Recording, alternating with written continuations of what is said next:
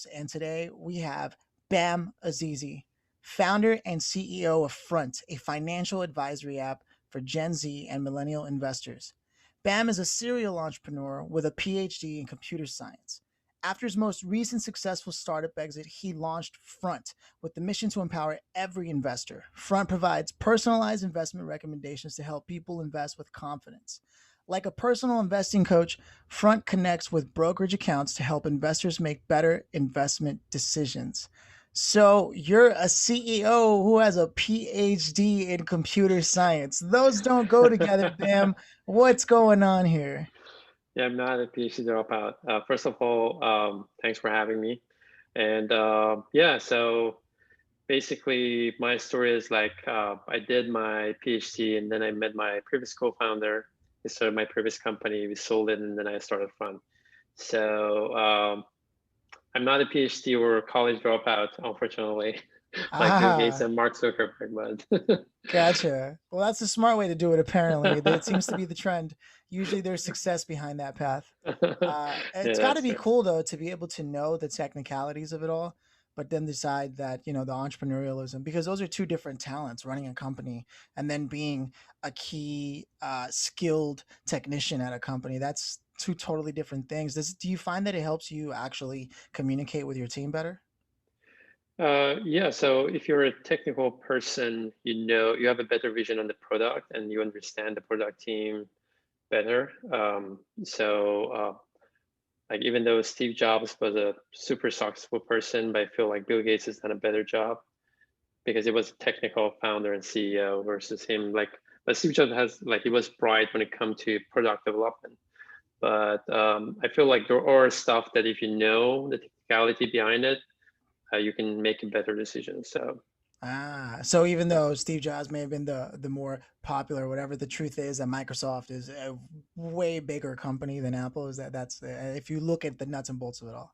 yes, and but Steve was very good in terms of the design, right? So that's also important when it comes to product, like making something that is super simple that a grandma can use and also 7 years old can use. So that's very tough. So it says serial entrepreneur. Now, do you have an entrepreneurial background in your family? Like, is your family Yes, full of ah? yes. There it is. Yeah, my dad was a businessman, and then my first startup was a library that I built when I was 7 years old. Really? Yes, and then I was basically it was a subscription model. I was charging other kids, and then I would tell them that if you bring me books, then you get like one or a couple of month free subscription. And I had like all the books in my backyard. I was selling not even my book, but others people book and renting those books. Yeah. So you had them supply what you needed. Oh man. Yeah, see, I was not that kid. That just goes to show. And then at what point did you mature into your businesses where you were like, you know what, this is something I really want to do like with my life as opposed to getting a job? Because that's easier, right? I think most entrepreneurs would agree if you have the technical skill, it's easier to just get a job and not deal with Right. that. But your soul may not feel the same way. Is that right? Yeah. So when I was done with my PhD, like I had like I want to be in academia, but I felt like it's kind of waste of a skill I can do better, especially when it comes to engineering and computer science. Like there are a lot of things in the market that you can do that you cannot do as a researcher, or it's not really that appealing. If you're like a PhD in physics or like those basic sciences, that's a different story than like computer science. Like you can like get a job for $500,000 right away. And Yeah, so what I did, the way I thought about it is like I was like 25 years, 26 years old. I thought like if like maybe 10 years from now I'm married, I have kids, and I really cannot rest because I'm not alone anymore. But now I'm just alone and single. So if and I always have the opportunity to go and join bigger companies like Microsoft or Google. And I then see I what you're did that. saying. Yeah, I did that. I took the risk and I was lucky as well, but it paid off anyways.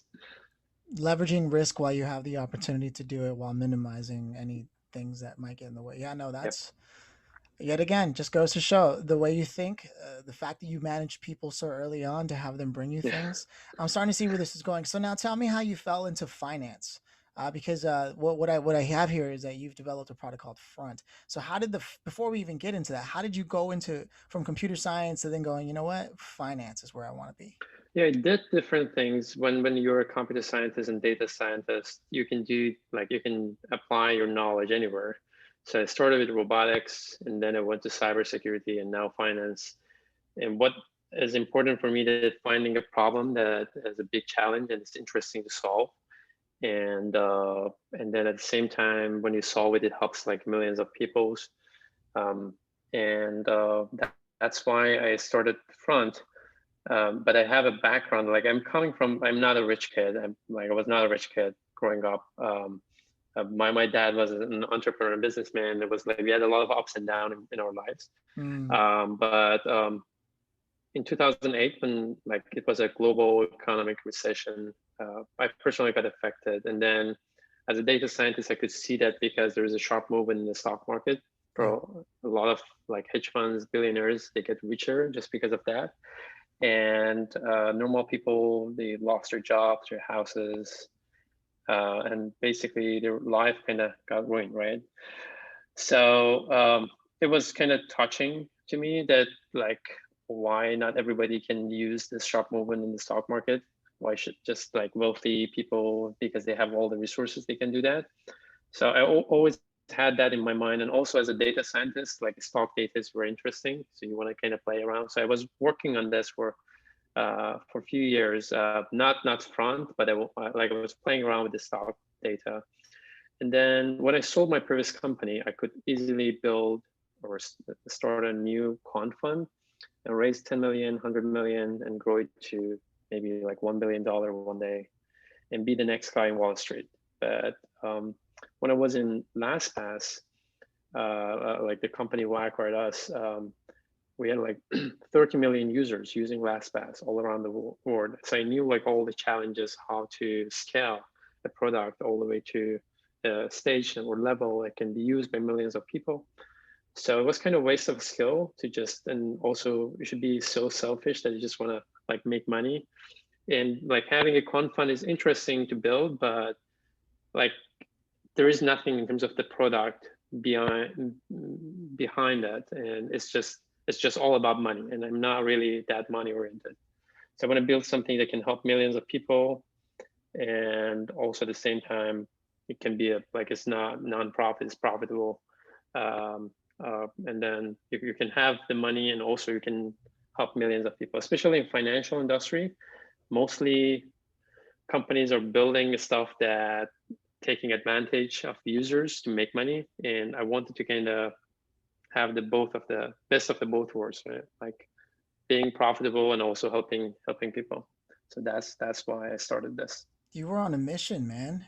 Yeah, After what happened in 2008, that you yeah, never forgot that. yeah. It And took me it's like 10 happening years. again. Yeah, it's happening again.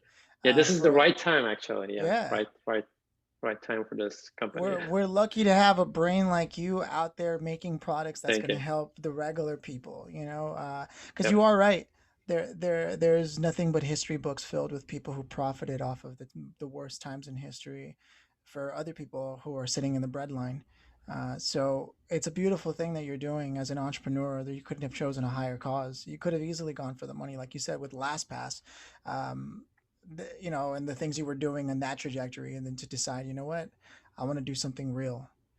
Yep. Um, that just goes to show the kind of person you are at heart. And there's nothing wrong with combining your need to make a living and to have profit and be successful with a social cause. And the Yes. fact that you're the kind of person that's smart enough to see that it can be done, it can be both, which is usually what the wealthy powers that be say is impossible. Yeah, I was Yes. literally just thinking about this before I could jump on the call with you. I went to grab a coffee, and I just thought to myself, I don't understand. Why is it that so many people have to suffer while others make so much money? I literally was thinking that, like I'm doing okay, but I was thinking in general across the board. I was looking at the news. So it's really powerful to be sitting here right after having that thought with someone who's like, that's a mission I intend to fulfill. That's powerful, man. So let me get this straight. So now Front, as an app targeted for Gen Z and millennials, it sounds like you're opening up the doorway to the things that Wall Street investors have, which is like nanobit technology to back and forth. This Mhm. isn't index funds like Acorns, right? This is stocks. Active investment, yeah. Yeah, this is active investment. So let's take a step back. What I want, like another thing that was kind of be like was annoying to me, that the way all even the startups are charging their users, first of all, is not transparent. Like companies like Robinhood, they are like selling order flow, which is nothing wrong with that. But I mean, like they were Yeah, not I heard about super transparent with that fact. that. And also when it comes to financial advisory or even robo advisors, so algorithm is algorithm. It really doesn't matter you have $100,000 or $1,000,000 or $1,000. It really depends on your risk profile, how much risk you want to take in your life, and what age you're at. And then when you're like using those passive investment platform, it should be like $10 a month or $100 a year or something like that. But they're charging based on your asset. Means like if you have $1,000,000, they charge you more, which is counterintuitive. They should charge you less because you're bringing more money to them.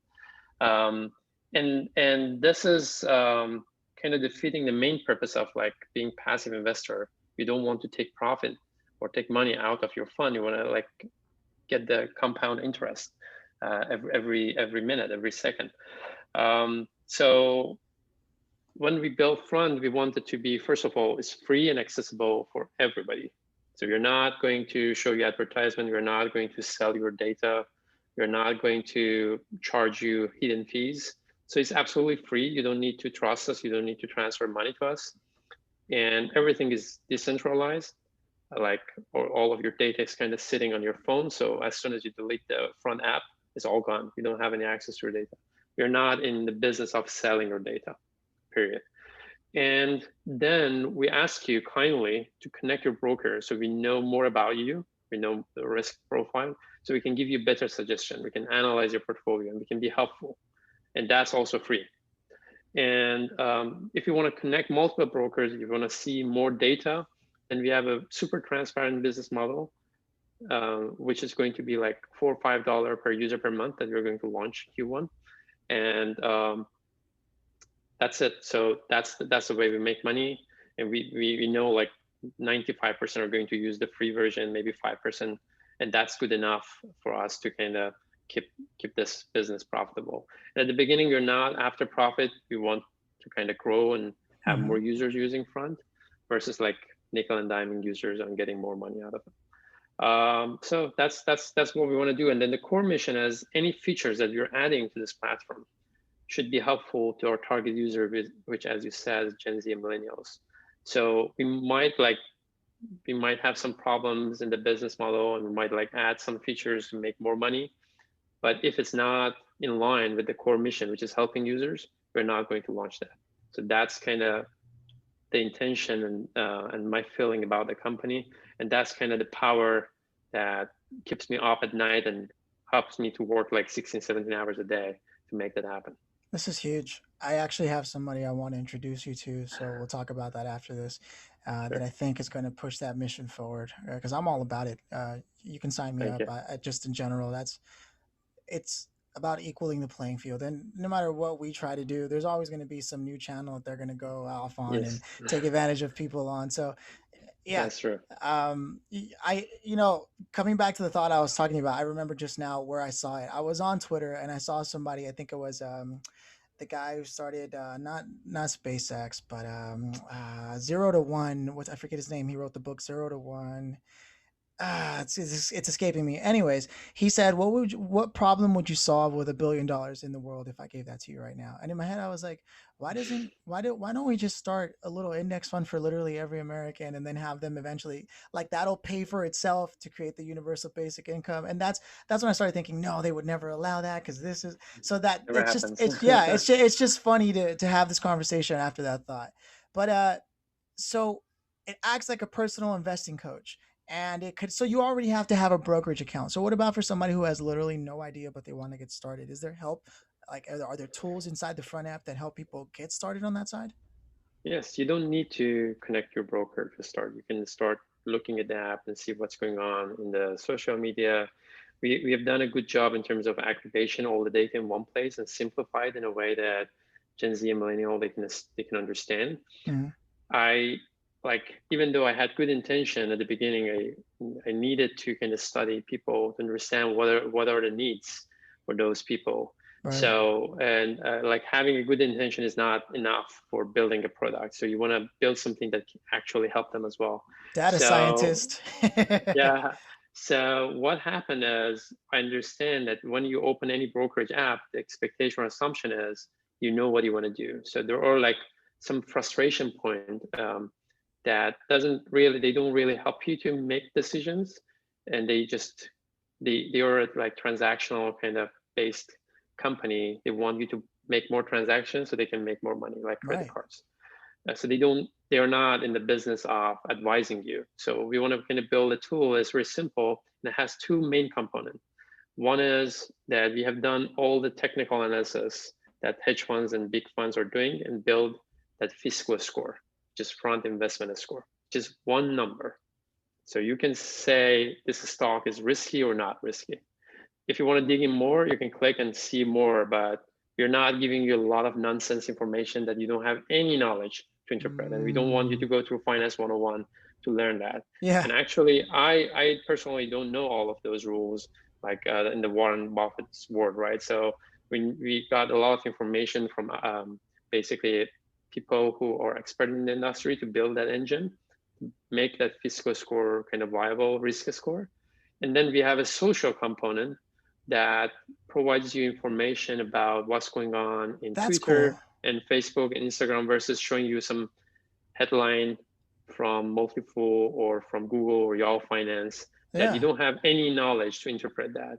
Okay, like you're telling me Apple like splitting shares. What does that mean to like a 26 years old kid that doesn't know anything about finance? So Means we nothing. want to, Yeah. yeah, so we want to make it more user friendly. So again, that's go back to the to like that 70-year-old grandma, that 70-year-old kid can understand what's going on, and then they can make a decision. Another thing that is happening very quick I want to mention is Yeah. in front, we look at the investment as a process, is explore, planning, and execution, and rinse and repeat. We want you to do that again and again. It's not just one-time transaction, buy Apple or buy Tesla. And if you look at it as a process, then you become a successful investor in the long run. Even though if you want to be active, you don't want to invest in the mutual fund or index fund. And so the explore section that has that two component, and then we help you to kind of understand the risk and reward that decision. And then when it comes to execution, most of the Gen Z and millennials, they don't know how, like, what are the best practices. Even if they know, they don't have the time or patience to do that. For instance, if you want to do profit trimming, rebalancing, diversification, dollar cost averaging, these are like time consuming process, and nobody wants to spend time there. And it's easy to automate. If we can build self-driving car, I'm sure we can build self-investment engine that Wow. can do all of that. So we want to basically build that without taking the joy of Mm. betting on the winner horse. If you feel like this horse is going to win the race, you will still pick your own stock, but we take care of the rest.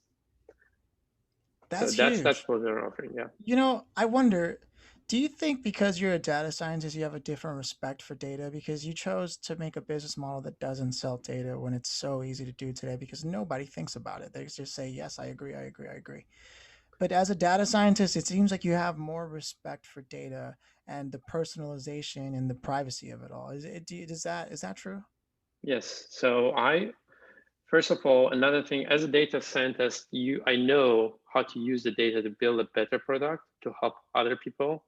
So versus selling it. So if I don't know what to do with your data, I'm going to sell it. But I know what I want to do with the data. So I'm going to use it to make my engine better without compromising your privacy, without selling your data, and just giving it back to the community. That's kind of the goal.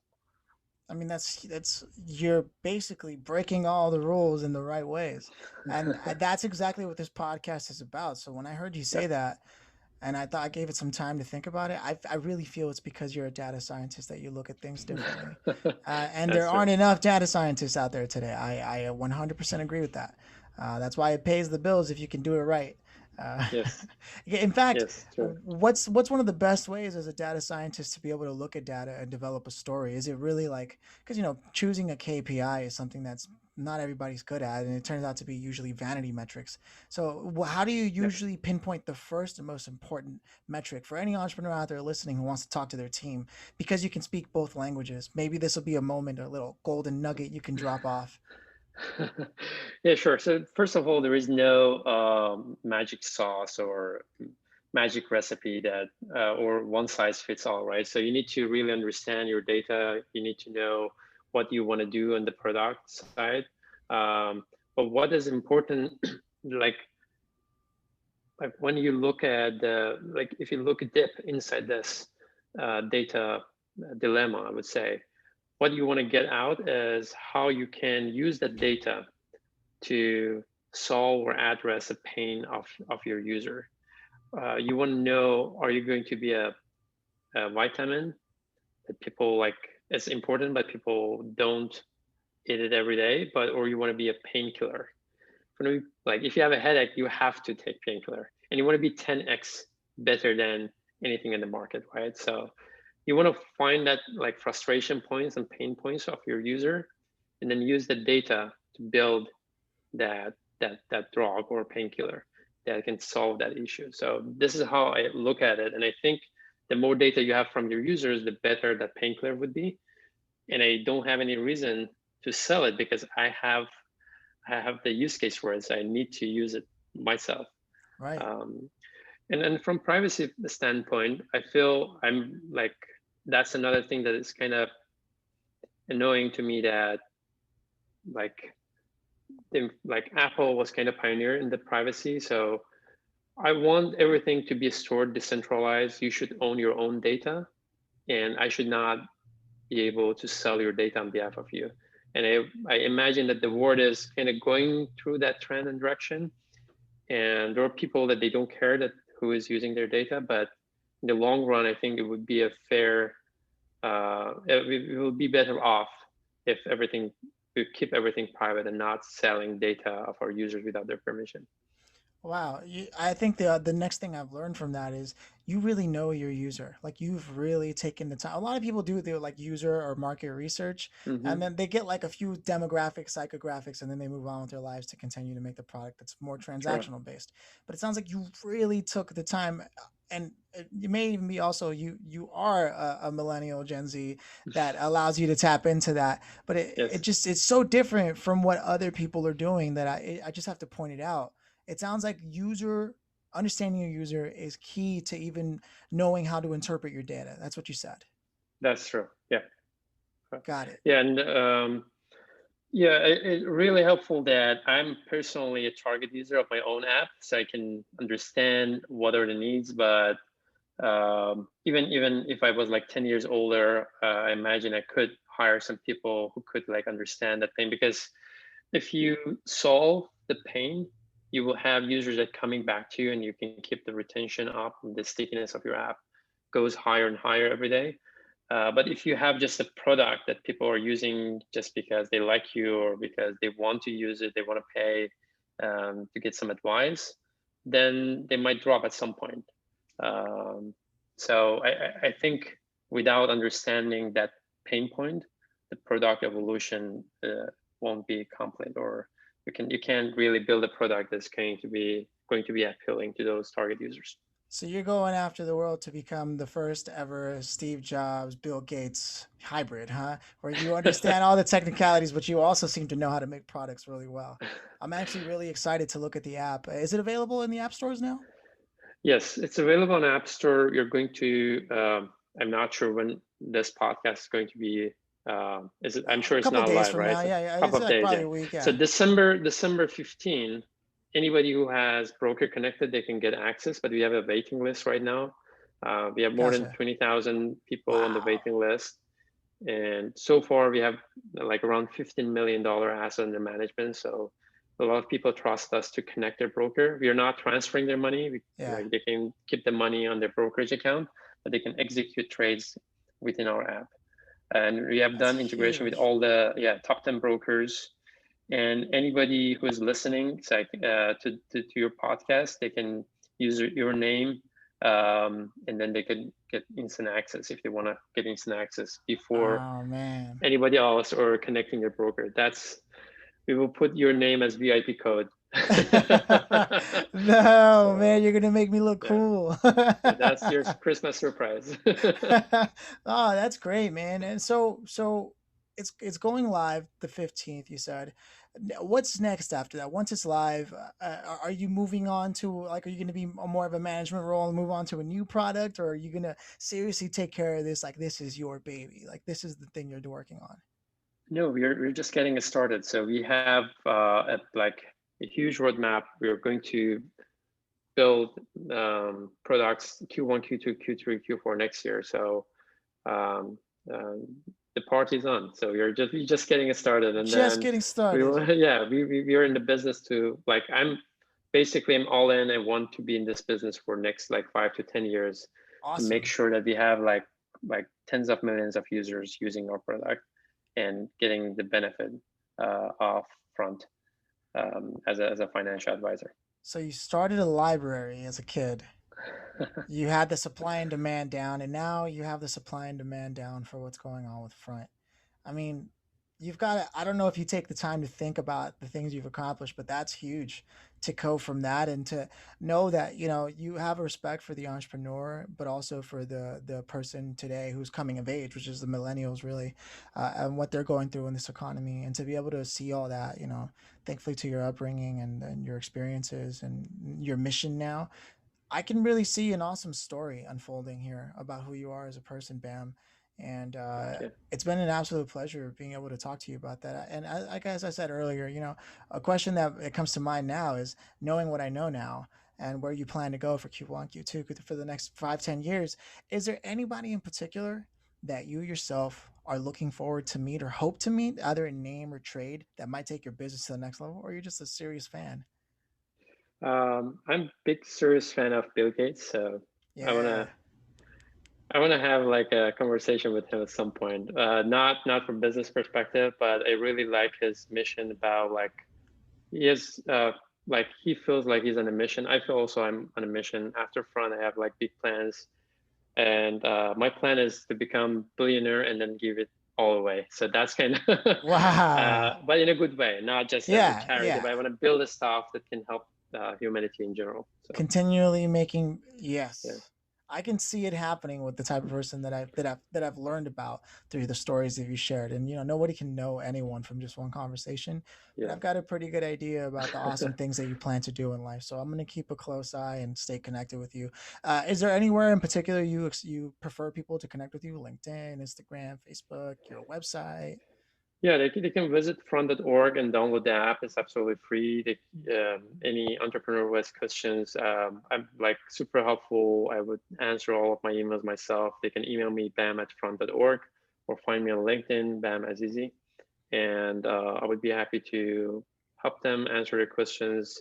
If they have a viable idea, if they want like advice, I would be happy to give it for free. If they want connection with VC world for investors, I would be happy to do that if it's an like interesting idea.